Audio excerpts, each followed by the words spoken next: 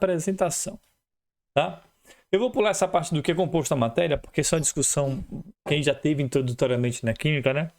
Mas aí a gente pode puxar uma ideia básica do que vocês conseguem enxergar. Sabe todo o material que vocês conseguem enxergar? No universo existem coisas absurdamente grandes e coisas absurdamente pequenas. As coisas absurdamente grandes a gente não consegue ver se não tiver uma grande distância deles. Por exemplo, o Sol, aquele bichinho daquele tamanhozinho que você está vendo ali, a gente só consegue ver porque a gente está a milhões e milhões e milhões de quilômetros de distância dele. Se ele estivesse perto, nós não conseguiríamos enxergar ele, de tão grande que ele é. É que nem a tal discussão ridícula da Terra ser plana, a Terra redonda. Tá, gente? Por que a gente não consegue, aqui olhando para o chão, ver a Terra redonda? Porque a gente está muito perto e ela é muito grande. A gente não consegue visualizá-la a uma curta distância. Quando você olha para a Lua, você vê a Lua redonda. E por que você vê? Porque a gente está a 400 mil quilômetros da Lua. E nessa distância a gente vê ela daquele tamanho. Se a Lua está numa distância menor, o que a gente chama daquela Lua... Como é que dá o nome? Lua vermelha, superlua, né? Aí a superlua ela fica maior porque ela se aproximou da Terra, porque o círculo dela não é perfeito. Quando a Lua está menorzinha, a gente vê ela mais distante. Então vocês vão conseguindo reparar essas coisas. Assim como tem coisas absurdamente grandes que nós não conseguimos ver, também tem coisas absurdamente pequenas que nós não conseguimos ver. E é sobre essas coisas absurdamente pequenas que nós vamos conversar. Certo? O que eu preciso, então, entender dessas coisas absurdamente pequenas? É que a idealização de que o mundo seria construído por tijolos e que esses tijolos nada mais seriam do que os átomos não veio do nada, certo? Os grandes filósofos gregos da época mais antiga que nós conhecemos, como o Leucípido e o Demócrito, que não são muito conhecidos, não tanto quanto Aristóteles e Platão, eles já elaboravam pensamentos filosóficos sobre as coisas, sobre como eram formadas, como eram construídas e do que eram feitas. Tá? O Leucípio e o Demócrito, eles começaram a trazer a primeira ideia do que poderia ser a menor partícula de um organismo, de um ser vivo, de um material, de uma pedra, de qualquer objeto inanimado. Tá? E daí, da onde veio esses pensamentos? Da onde chegou? Como ele chegou nesse tipo de pensamento? Vale lembrar que são pensamentos, esses caras são pensadores, eles não são cientistas. Eles, através do seu pensamento, criaram ideias, criaram teorias, e essas teorias é que são discutidas pela ciência. É a ciência que vai conseguir validar ou não essas teorias através da experimentação. Certo? Bora lá. Então, o que é que Leucipo e Demócrito fizeram? Esses caras aí, eles criaram a primeira idealização do que seria um átomo. Tal que esse termo átomo, ele vem dessa época aí, ó. Ele vem exatamente desses carinhas aí. O que é que ele quis dizer com átomo? O A é prefixo de negação e tomo é indivisível, é divisível. Então, o átomo é não divisível, é um elemento que não dá para se dividir em partículas menores, certo? E da onde veio essa ideia filosófica dele? Eles pensavam o seguinte, olha, quando você pega alguma coisa como um pedaço de pão, uma bolacha, qualquer coisa que vocês peguem na casa de vocês aí que consiga quebrar. Se você começa a dividir esse item, vai chegar a um limite. Rapaz, eu estava aqui com fone de ouvido, acho que eu vou mudar de fone de ouvido. Você vai chegar em um limite onde essa partícula ela não será mais possível dividir. Tá? Quando a gente chega nesse limite de não divisão, o que vai acontecer? Você simplesmente vai ter a menor partícula possível desse elemento. Tá? E essa menor partícula é justamente o que eles chamavam de átomo. Alguém fala alguma coisa aí para ver se eu estou ouvindo nesse fone de ouvido, gente?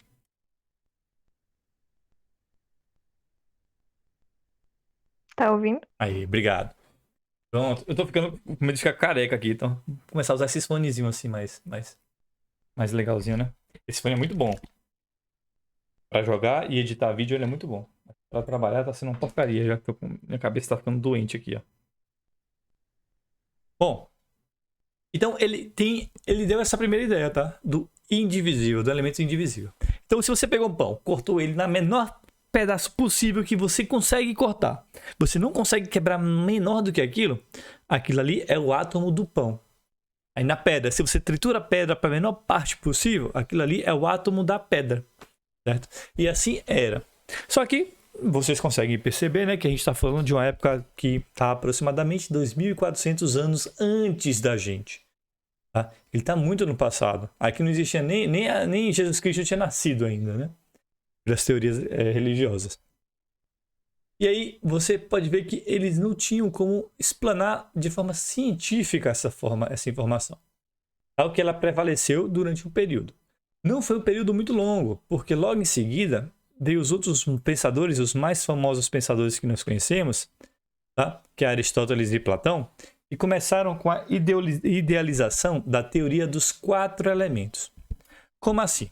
Ele dizia que todo elemento produzido, todo elemento que existe, ele era formado a partir de 4 outros elementos. Eram eles: fogo, terra, ar e água. Então, ele idealiza de que tudo no mundo, ele não era construído por átomos, como diziam os caras, mas sim por esses 4 elementos. Então, algumas coisas tinham mais terra do que água, outras coisas tinham mais fogo do que ar, outras coisas tinham mais ar do que terra. E essas misturas aleatórias desses 4 elementos iam surgindo e formando os elementos que nós conhecemos hoje. Tá? Isso prevaleceu por muitos e muitos, por milênio praticamente. Certo? Até começar a vir o que nós chamamos da química moderna. E essa química moderna, ela veio a partir de 1600, tá? Para frente. Ou seja, tem uns 400 anos, uns 350 anos que começou realmente a vigorar essa ideia do pensamento científico, da ciência, para explicar as coisas. E aí tem 3 carinhas que são os caras que a gente vai conversar, que idealizaram essas primeiras ideias do que seria o modelo atômico. A gente tem o Robert Boyle, tem o Lavoisier e tem o Joseph Proust. Tá? O que é que esses caras fizeram? Eles simplesmente começaram a modelar o que poderia ser feito em nome da ciência e através de experimentações que qualquer outra pessoa poderia fazer, qualquer outra pessoa que tivesse os equipamentos que eles tivessem acesso, poderiam testar e aí daí dizer se o que eles falavam era certo ou era errado. Tá? Então, foi nesse princípio aqui que começou o surgimento da ciência como nós conhecemos hoje. Tá? E aí eu vou falar um pouquinho sobre cada um deles, principalmente sobre Robert Lavoisier. O Proust eu só vou trazer uma ideia. Não vou aprofundar na ideia de Proust, porque a gente vai terminar esse assunto, vai falar sobre conceitos do modelo atômico, né, conceitos do átomo, e depois vamos falar de leis ponderais que envolve Proust, tá? Então não vou focar muito não. Lavoisier também vai ser falado nesse outro tópico. Então o que é que esses caras pensaram? O Robert Boyle, o que foi que ele trouxe? Ele falou o seguinte, ó. Ele, através de experimentação, ele conseguiu já provar que a teoria dos 4 elementos básicos, terra, fogo, ar terra, fogo, água e ar, não eram muito válidos, né? Ele conseguiu quebrar essa teoria. Com essa quebra, ele retornou à ideia de Leucípido e Demócrito, que diziam que o átomo era um pequeno pedaço do material e ele era indivisível. Então ele retornou esse diálogo, essa discussão para o mundo dele, no mundo intelectual que ele vivia. Certo? E aí, além disso, nas suas pesquisas também, ele percebeu o seguinte. Ele idealizou de que as reações químicas elas aconteciam através de colisão de partículas. E é uma coisa na química que a gente vai ver com muita frequência, a ideia de colisão de partículas, né, de que partículas se colidem para poder fazer uma reação química. Certo? E aí, foi nesse pensamento dele de desenvolver um conhecimento que tinha que ser provado de alguma forma para poder ser validado, ele falou que a química ele deveria largar de ser esse conhecimento popular e virar ciência. Tá? Ele devia de ser uma alquimia pura e vazia para um conteúdo que poderia ser testado e experimentado cientificamente. E também ele discutiu o que seria a primeira ideia do pensamento científico, a primeira ideia do que seria ciência. Então, para ser ciência, o que ele colocou? Era um experimento que eu deveria ser provar experimentalmente. E só depois disso ser considerado verdade ou não. Aí eu vou trazer para vocês uma discussão, porque tudo ficou politizado, tá? Uma discussão sobre isso. Principalmente no nosso país, que está tendo essa discussão sobre a cloroquina, a ivermectina e demais outros remédios que a galera coloca como se fosse um remédio preventivo. Olha, gente, ciência não é jornal, ciência não é achismo, tá? Ciência não tem como você fazer uma pesquisa e ela seguir dois caminhos diferentes. Isso é impossível. A ciência, ela só segue um caminho, que é o caminho da experimentação e o caminho da comprovação pela experimentação. Então, se a ciência, a pesquisa enquanto ciência, ela faz a pesquisa e afirma é ineficaz, não tem discussão. É ineficaz. Ponto. Tá? Não tem uma segunda via. Tá? Não bora pegar médicos a favor da cloroquina. Médico a favor da cloroquina é um médico que tem uma opinião a favor dela. Ele não tem experimentação científica para comprovar a eficiência.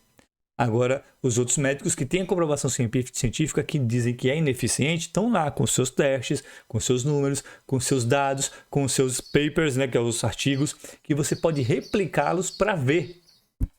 E pode não só replicar, como pode questionar a metodologia utilizada, como foi feita a experimentação, certo?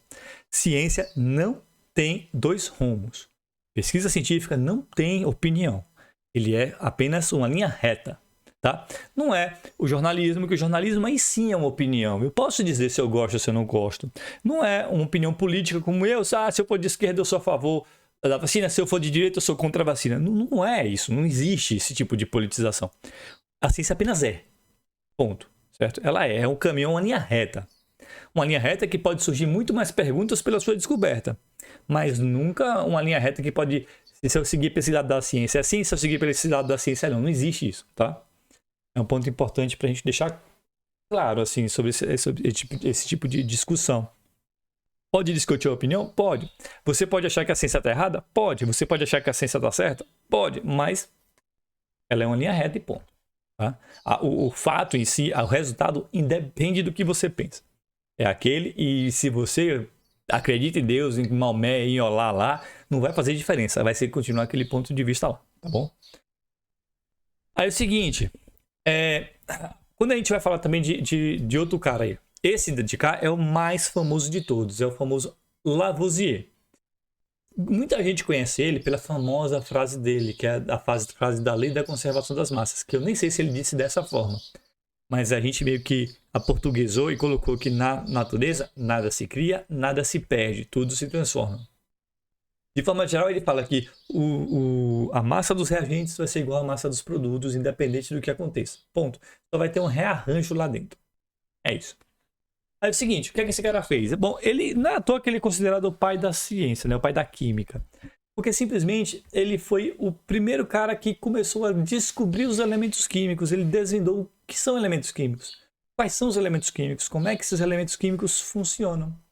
Tá? Então ele já começou a trazer esse tipo de pensamento em relação aos elementos químicos e desenvolveu um novo ar de pensamento, uma nova busca de informação que trouxe vários pontos positivos para a gente, certo? Pronto.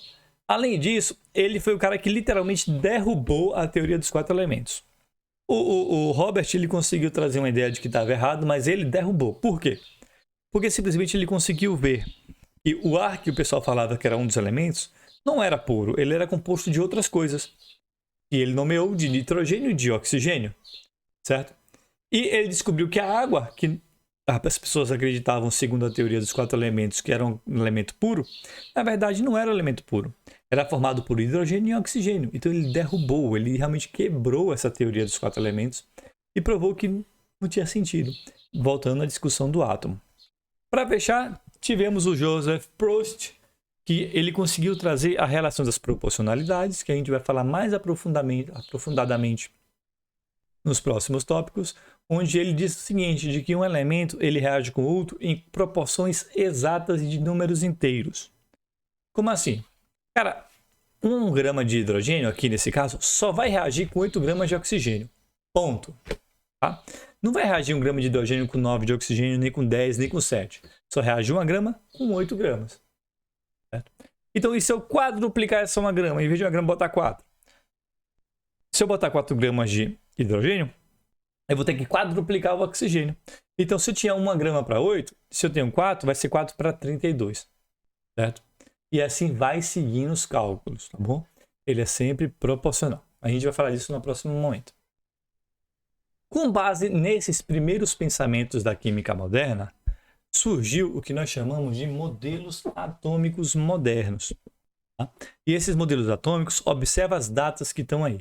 Ele parte de 1803, teve o segundo modelo atômico mais de 100 anos depois, ou seja, esse modelo de Dalton prevaleceu por bastante tempo. E aí, de 1904 até o último modelo atômico, não se passaram muitos anos. Em 20 anos, já teve uma grande revolução da ciência para vários modelos atômicos. Desses 5 que eu estou mostrando para vocês, a gente vai estudar até o modelo de Niels Bohr. Tá? O modelo de Schrödinger. Esse a gente não estuda porque ele é um modelo quântico e a gente não estuda a física nem a química quântica. Tá? Esse é uma parte da ciência que ela não está inclusa no ensino médio e por isso a gente não entra nesse modelo atômico.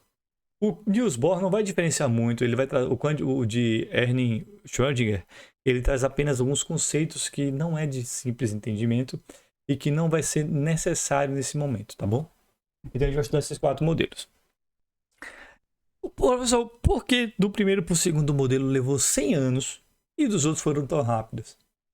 Cara, essa diferença de tempo de um modelo para o outro é referência à tecnologia. Então, somente 100 anos depois conseguiu-se uma tecnologia suficiente e um conhecimento suficiente para poder quebrar um pouquinho do paradigma do que Dalton tinha falado, tá? E aí, nesse tempo, a ciência evoluiu tanto que ele conseguiu fazer várias quebras no tempo menor ainda. Um exemplo que a gente tem são as 2 teorias que foram quebradas nessa década passada, né? São as 2 grandes teorias da ciência que se provam como absurdos revolucionários, como foi justamente a época desse modelo atômico, da mudança do modelo atômico. Como o buraco negro, porque tecnicamente o buraco negro não existia, existia apenas teoricamente, até que conseguiu-se uma visualização, uma foto deslocada de um buraco negro, tá? E digo mais, se vocês pesquisarem um pouquinho, vocês vão ver o quanto absurdo foi de dados coletados para conseguir chegar naquela foto, mais ou menos. Para alguém dizer, mas tirou desfocado? Não. Para você ter noção, tinha tantos dados para analisar, tantos dados, e os caras nem fizeram backup assim de mandar de uma cidade para outra, sabe? Tipo, deixa eu te mandar um arquivo aqui, pelo WhatsApp. Não. Eram tantos dados que era mais barato e gastava menos tempo eles fretarem um avião para levar de um país para o outro os dados em HDs do que simplesmente eles mandarem pela internet. Pra você ter noção da quantidade de dados surreal que é, certo? E aí, foi na análise computacional desses dados que conseguiram fazer.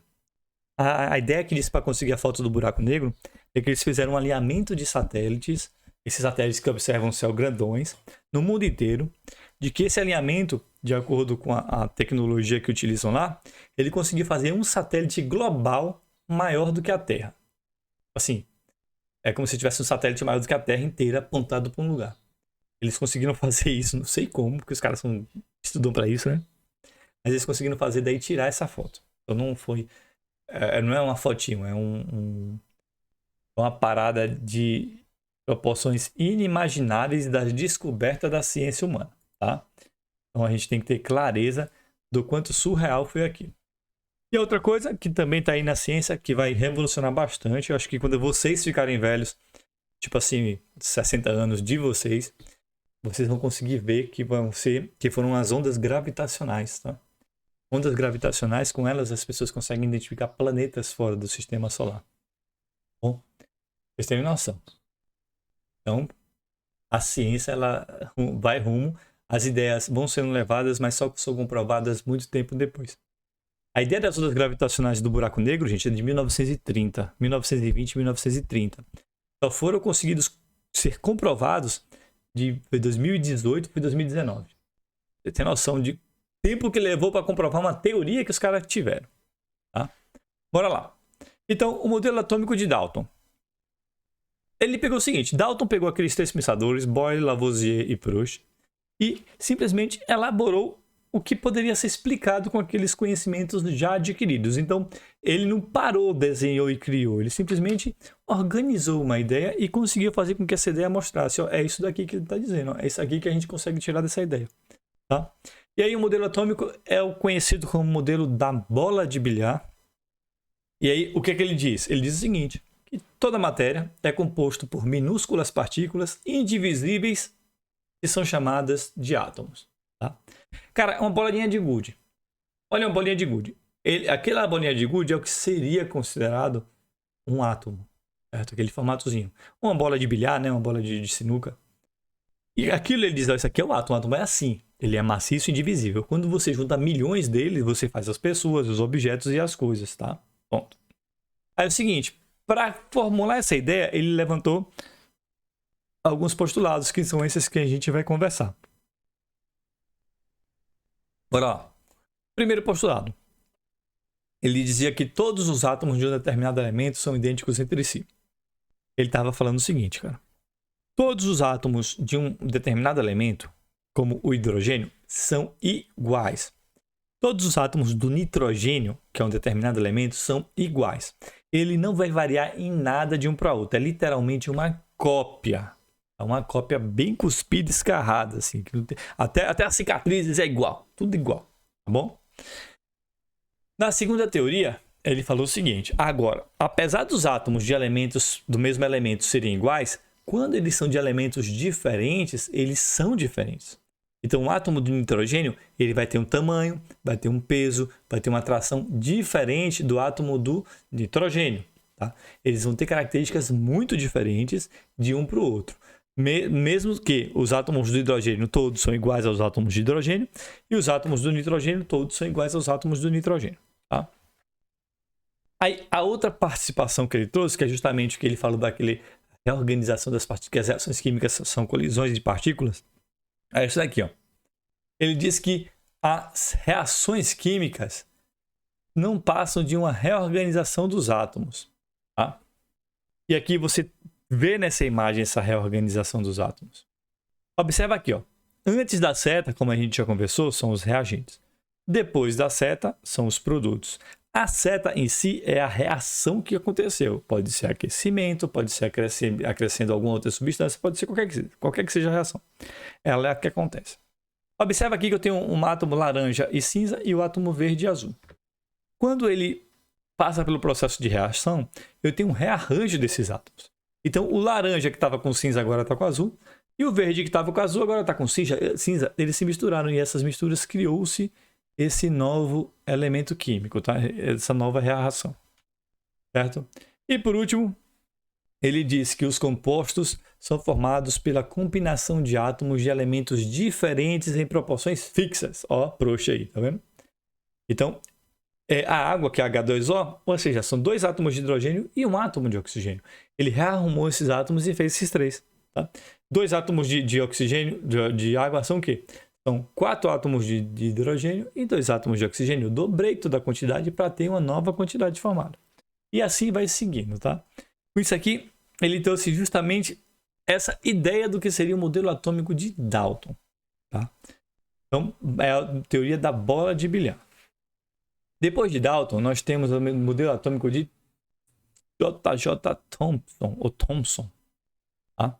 E esse de cá, ele foi uma grande revolução na ciência, porque foi a primeira vez que o modelo de Dalton foi questionado, e aí, nesse questionamento, percebeu-se que, um dos pontos que foi se colocado, de que o átomo de Dalton ele não era indivisível.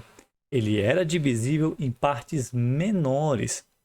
E essas partes foram conhecidas como partes subatômicas, tá? Por ser menor do que um átomo, nada mais justo do que o nome que seja compatível, né? Subatômico, né? E aí, o que foi que ele colocou? Ele provou que existiam elétrons, esses elétrons ficavam dentro do átomo, ficavam em torno do átomo, e eles poderiam ser movidos de um lado para o outro. Tá? Para fazer esse tipo de experimento aqui, para fazer essa identificação, J.J. Thomson realizou 3 experimentos. No primeiro experimento, ele simplesmente pegou um tubo, tá? E construiu uma diferença de potencial que formou o que nós chamamos de raios catódicos. Tá? E aí ele viu que esses raios catódicos, eles sempre vão sair de um polo negativo, que a gente chama de cátodo, tá? Para um polo positivo, que a gente chama de anodo. Na verdade, está errado esse negócio. Um polo negativo, que a gente chama de anodo, um polo positivo, que nós chamamos de cátodo. Tá errado essa palavra aqui, anodo e cátodo. Tá? Ele faz essa relação de cá. Depois disso, ele fez um outro experimento e verificou o seguinte. Ele pegou um ímã, colocou o ímã em 2 lados do tubo e avaliou o que acontecia com esses raios catódicos quando eles passavam por esse ímã. E aí o que foi que ele percebeu?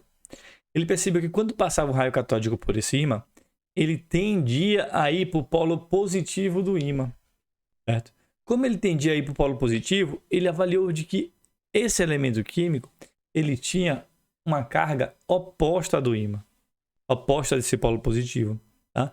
E aí essa carga foi da onde ele denominou o que seria negativo e chamou de elétron, certo? E por último, ele fez um experimento onde ele colocou uma pequena, como eu posso dizer, uma pequena hélicezinha, e essa hélice, quando se ligava ao raio catódico, ela começava a se mover. O fato dela se mover representava de que existia massa, essa massa batia nessa parada e fazia com que ela se movesse, certo? Então, ele conseguiu ter 3 experimentações e conseguiu ter 3 pontos que chegaram no seguinte resultado. Quais são os resultados? Primeiro, ele percebeu que os raios catódicos são formados por partícula em movimento, já que mexeu na hélice. Tá? Ele percebeu que eles possuíam cargas negativas, tá? Foi assim que foi denominado. E essas cargas negativas, por fazer o movimento das partículas, eles também possuíam massa. Essas foram as 3 grandes coisas que ele percebeu. Aí, teoricamente, ele pegou e deu o nome dessas partículas de elétrons. Então, os elétrons saíam de uns átomos e iriam passar para outro canto. Ai, deu soninho agora. Ele também disse de que se existia essa carga negativa no elétron, no átomo, tinha que existir algo como se fosse uma carga positiva para anular esse átomo. E é daí que ele tirou a ideia de que o modelo atômico seria esse modelo, onde tinha uma grande massa indivisível, tá? E sólida, que seria marcado pelos prótons, né, pelas cargas positivas. E incrustado nesse modelo existiam pequenas partículas que eram chamadas de elétrons. E esses elétrons eram quem mantinham a estabilidade neutra do elemento químico. Tá? Deixa eu ver se eu consigo achar aqui um videozinho. Vídeo experimento JJ Thomson.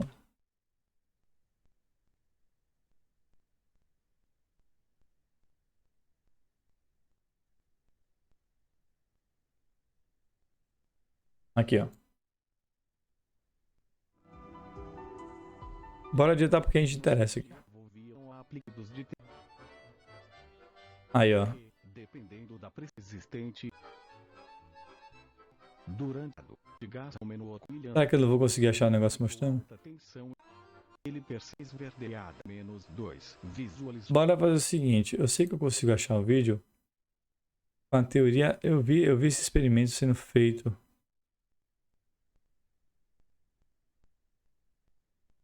Cadê? Aqui, deixa eu ver se esse aqui vai. É o mesmo vídeo, ó.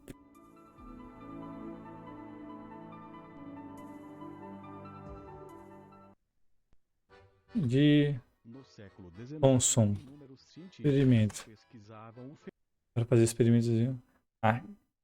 É o mesmo vídeo. Só tô achando esse vídeo. Achei um vídeo tão legal aqui um dia desses, cara. Aqui. Visualizou apenas Oxi. realizou novas Aqui, ó. os raios catódicos. Olha os experimentos aqui, ó. Eu vou tirar o áudio aqui, ó. Olha os experimentos, tá vendo? Esses raios verdes que vocês estão vendo são justamente os raios catódicos, tá? Ele é feito pela diferença de potencial de um anodo e um cátodo. Quando você vê esse experimento aqui, é justamente o que eu te falei. Quando ele ligou os raios e ele percebeu que esse objetinho estava se mexendo, o que significa isso? Significa que está tendo uma diferença de potencial. Essa diferença está batendo nessa parte da hélice e empurrando. Quando eu pego e faço o teste do ímã, olha o que acontece aqui, ó. Quando ele aproxima o ímã, a carga negativa do ímã ele está empurrando os raios catódicos para outra direção, o que provando que eles têm uma carga elétrica. Essa carga elétrica é oposta à carga elétrica do elemento que a gente está trabalhando, tá? Quando ele pega a parte positiva do ímã, olha o que acontece, a carga ali é puxada, certo, gente? Então, basicamente, é isso que a gente verificaria nessa experimentação. E aqui está exatamente a ideia do modelo atômico dele. É um modelo sólido, onde tem as partezinhas que fazeriam os elétrons, né? Tem os seus elementos que fazem parte formariam os elétrons dessa substância, tá? Então, esse é o modelo de Thomson. O próximo modelo é o modelo de Rutherford, tá? Esse aqui já é um modelo moderno. Ele é utilizado ainda hoje e ele foi apenas aprimorado. O modelo de Rutherford ainda é a base do que a gente tem de entendimento por ciência dos números dos elementos subatômicos. Eita, professor, que vontade de bocejar, rapaz, horrível.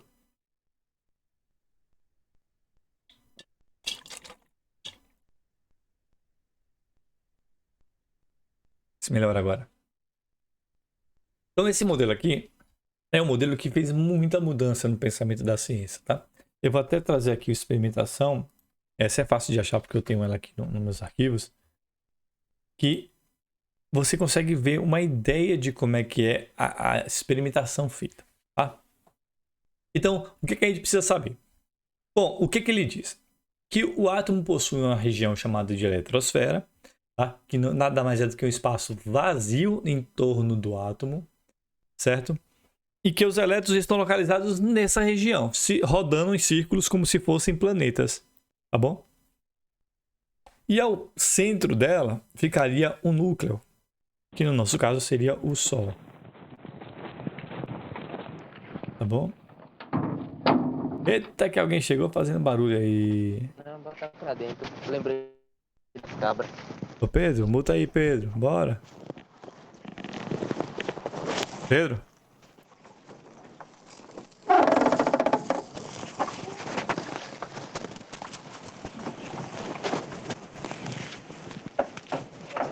Alguém liga pra Pedro aí, gente, pra resolver essa situação. Nossa, que eu não posso multar nem tirar ele daqui do grupo.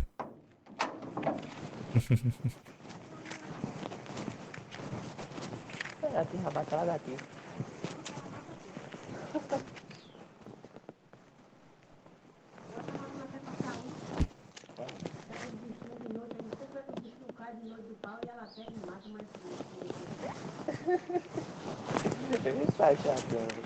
Será que o cara realmente tá assistindo a aula, gente? Olha como a gente descobre, tá vendo?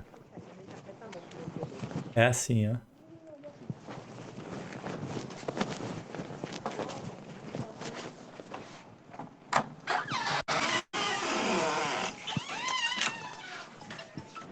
E pior é saber que tá geral aí, não fizeram um comentário sobre isso.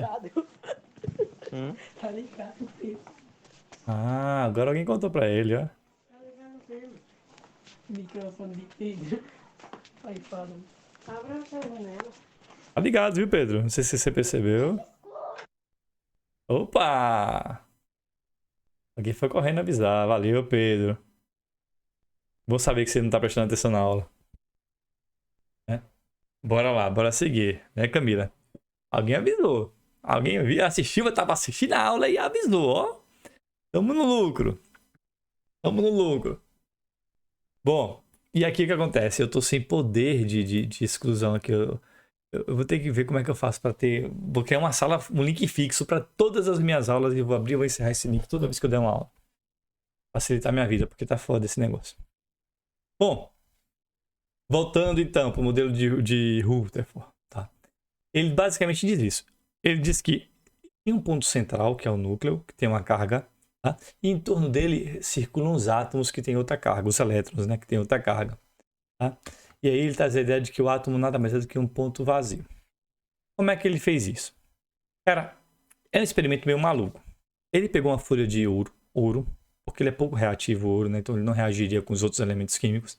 Pegou a folha mais fina que ele conseguiu. Gente, mais fina que o papel mais fino que vocês já viram. Mais fino do que um fio de cabelo de vocês. Muito fino. E aí ele começou a bombardear esse elemento com partículas alfa. Partículas alfa nada mais é do que uma partícula que não possui elétrons, só possuem prótons, tá? A gente tem partículas alfa, beta e gama. Alfa são elétrons ou prótons, beta são os elétrons e gama é uma radiação que é produzida e não tem massa nenhuma. Certo? São esses 3 tipos de partículas que são feitas. E aí é o seguinte, ele bombardeou essa folha e de acordo com todos os estudos que ele fez, com todas as teorias, o que devia acontecer? Ele simplesmente devia passar esse raio de elétron, devia passar como se não tivesse nada nela. Tá? Essa era a experimentação. Só que o que foi que aconteceu? Não foi bem assim. Simplesmente, foi bem assim não, assim, ó. Boa parte dos elétrons passaram. Só que simplesmente alguns outras partículas alfa sofreram pequenos desvios e alguns chegaram ao absurdo de literalmente retornarem para trás da folha. Então, quando você vê essa imagem aqui, você está vendo aqui, ó, a partícula alfa sendo lançada, ela foi lançada, bateu na folha, boa parte dessa partícula passou e seguiu em linha reta para o ponto central aqui, só que algumas delas foram captadas simplesmente se deslocando em ângulos diferentes. Em alguns casos, teve até um deslocamento total, onde ele literalmente deu uma volta. Certo? E através desse pensamento, foi que ele começou a ter uma ideia de como seria o átomo. Disso daí veio o modelo planetário, que é justamente o modelo que a gente utiliza até hoje, com algumas organizações, em que diz que no núcleo, no centro, a gente tem uma massa, que será uma massa positiva, e no entorno dele teriam os elétrons que formariam uma massa negativa. A sua conclusão foram basicamente refletidas em 3 pontos. 1. O átomo possui carga positiva central em um pequeno núcleo. 2. O núcleo conteria quase toda a matéria do átomo, então naquela parte do núcleo onde está a grande quantidade do átomo. E 3. O elétron com carga negativa, a massa dele é absurdamente pequena e uma massa que a gente poderia literalmente desprezar o peso dela. Certo? Foi essa a conclusão. E aí, quando eu falei para vocês para a gente pegar uma imagenzinha aqui, cadê? Parece que fechou a janelinha aqui. Cadê? Aqui, pronto. Aí a gente vem para cá, para esse sitezinho, e vamos achar um simulador que eu tenho aqui, muito bom. Já tem vários simuladores, gente, para estudar. Tá? Mas tem um simulador que é o que a gente vai usar, que é esse de cá, ó, simulador do espelhamento de Rutherford, que é justamente o experimento dele. Tá? Observe o que aconteceu. Eu tenho aqui a folha de ouro. Tem vários átomos, tá? Como ele definiu. Eu vou até botar aqui uma massa parecida. Tem vários átomos como foi definidos, tá? Aqui está o núcleo e aqui estão as eletrosferas, onde os elétrons circulam. Ele lançou um átomo que tem carga positiva, né? Uma partícula alfa, ela só tem carga positiva, ela não tem carga negativa, ela não é neutra, ela só tem carga positiva. Quando ele lançou, o que foi que ele viu? Ele viu exatamente isso daí, ó. Eu vou até ligar a trajetória delas aqui, ó. Observe o que está acontecendo, ó. Muitos desses elementos que são os pontinhos vermelhos de carga positiva, quando eles encontram com o núcleo desse elemento, ele simplesmente retorna totalmente. Tá? E aí, o motivo de ele ter encontrado pequenos elementos que faziam esse retorno, ele sabia que ele estava trabalhando com carga positiva e que essa carga positiva retornava. Ele definiu de que, olha, só pode estar retornando porque ele bateu de frente com um elemento que tem carga positiva. E aí o que vai fazer com esse elemento? Esse elemento vai repelir ele e ele vai voltar. Só que voltou tão pouco, ele falou, olha, isso aqui deve ser o núcleo. E ele simplesmente, ele é bem pequenininho, porque para a quantidade de partícula que está voltando, só pode ser pequenininho. E daí ele criou essa ideia. Tá? Quando você olha a base de um átomozinho, você pode ver justamente isso daqui. Vou diminuir a quantidade de energia para diminuir a quantidade de partículas. Então, para a gente ver o maior desvio. Eu vou diminuir o tamanho do átomo. Tá? E tu pode ver, quando passava um que passava perto, olha o que acontecia e acelera o processo. Quando passava perto, ele simplesmente passava pelo processo de desviar. Tá? Bora dobrar a quantidade de prótons que próton com próton é que vai fazer desvio. Ele simplesmente faz o processo dos elementos desviar. Tá bom? Era isso que ia acontecendo nesse experimento dele. Certo? E ele chegou nessas 3 conclusões. Aí, por último, a gente vem para o modelo chamado modelo de Niels Bohr. O modelo de Niels Bohr, ele é baseado no modelo de Bohr, por isso que é o modelo de Niels Bohr, tá? E ele trouxe simplesmente alguns acréscimos ao que era visto naquele modelo para deixá-lo mais completo. Então, o que é que diz na teoria? O que foi falado aí? Ele diz o seguinte, ele pegou o modelo de Rutherford, reformulou e colocou nele algumas teorias da física quântica, tá? Que era proposto por Planck na época. E ele elaborou 3 postulados para fundamentar e deixar mais forte ainda esse modelo de Bohr. Primeiro postulado, os elétrons ao redor do núcleo orbitam... Os elétrons descrevem ao redor do núcleo órbitas circulares chamadas de camadas eletrônicas, com energia constante e determinada. Cada órbita permitida para os elétrons possui energia diferente. Ponto. Tá? Segundo postulado, os elétrons, ao se mover numa camada, não absorvem e nem emitem energia espontânea. Ponto. E o terceiro postulado, ao receber energia, os elétrons podem saltar para outra órbita mais energética. Dessa forma, o átomo fica instável, pois o elétron tende a voltar à sua órbita original, isso o mais rápido possível, viu, gente? Quando o átomo volta à sua órbita original, quando o elétron volta à sua órbita original, ele devolve a energia que foi recebida em forma de luz ou calor. Tá? E aí a gente vem para isso daqui. Quando a gente vê algo, um processo de iluminação no céu, como um fogo, uma fogueira, uma bomba, algo que emite luz ou emite calor, o que é que está acontecendo? Você adicionou energia nesse elétron. Quando adicionou energia, o elétron que estava na camada 1 veio para a camada 2, o que estava na camada 2 veio para a camada 3, ou seja, ele ficou energizado, ele mudou de camada, foi para a camada mais externa, só que ele ficou instável. Quando ele perde essa energia, ele rapidamente retorna para a camada anterior. Tá? E ao retornar para a camada anterior, ele vai ter que liberar essa energia que ele ganhou de alguma forma. E aí, uma das formas que ele libera é através dos fótons. Então, quando você vê alguma coisa que emite luz, justamente essa luz está sendo emitida porque ele está liberando, os seus elétrons estão retornando para a sua camada original e esse retorno acaba gerando essa luz que a gente vê. Inclusive, é bem utilizado nos fogos de artifício. Se vocês entendem um pouquinho de fogos de artifício, já ouviram falar? As cores dos fogos de artifício fazem referência ao material que está lá. Por quê? Referência ao elemento químico que está lá. Porque eles emitem cores diferentes. Então, o ferro vai emitir uma cor, o magnésio vai emitir outra cor, o chumbo vai emitir outra cor. E aí, quando eles jogam as bombas para o céu, se tem um vermelho, se tem um amarelo, se tem um verde, essas cores são justamente porque está utilizando a excitação de elétrons de produtos químicos diferentes. Tá? E aí ele faz esse processo que vocês conhecem. Tá bom, gente? Então, com isso, a gente literalmente encerra esse modelo do estudo atômico de Rutherford-Bohr. Tá? Estudamos um pouquinho o modelo atômico da Grécia, as teorias modernas da química, e aí chegamos nos modelos atômicos que começaram pelas teorias modernas das químicas. O que é interessante a gente ver é que a ciência ela não é pontual, ela sempre vai acompanhando os passos dos anteriores. O que hoje para a gente pode ser uma coisa ridícula, naquele passado foi uma enorme descoberta, e graças àquela coisa que é ridícula, que hoje a gente tem, e foi ridícula hoje, né? Que é ridícula hoje, que hoje a gente tem tanta tecnologia desenvolvida, tá bom? Com isso, vou até interromper a gravação.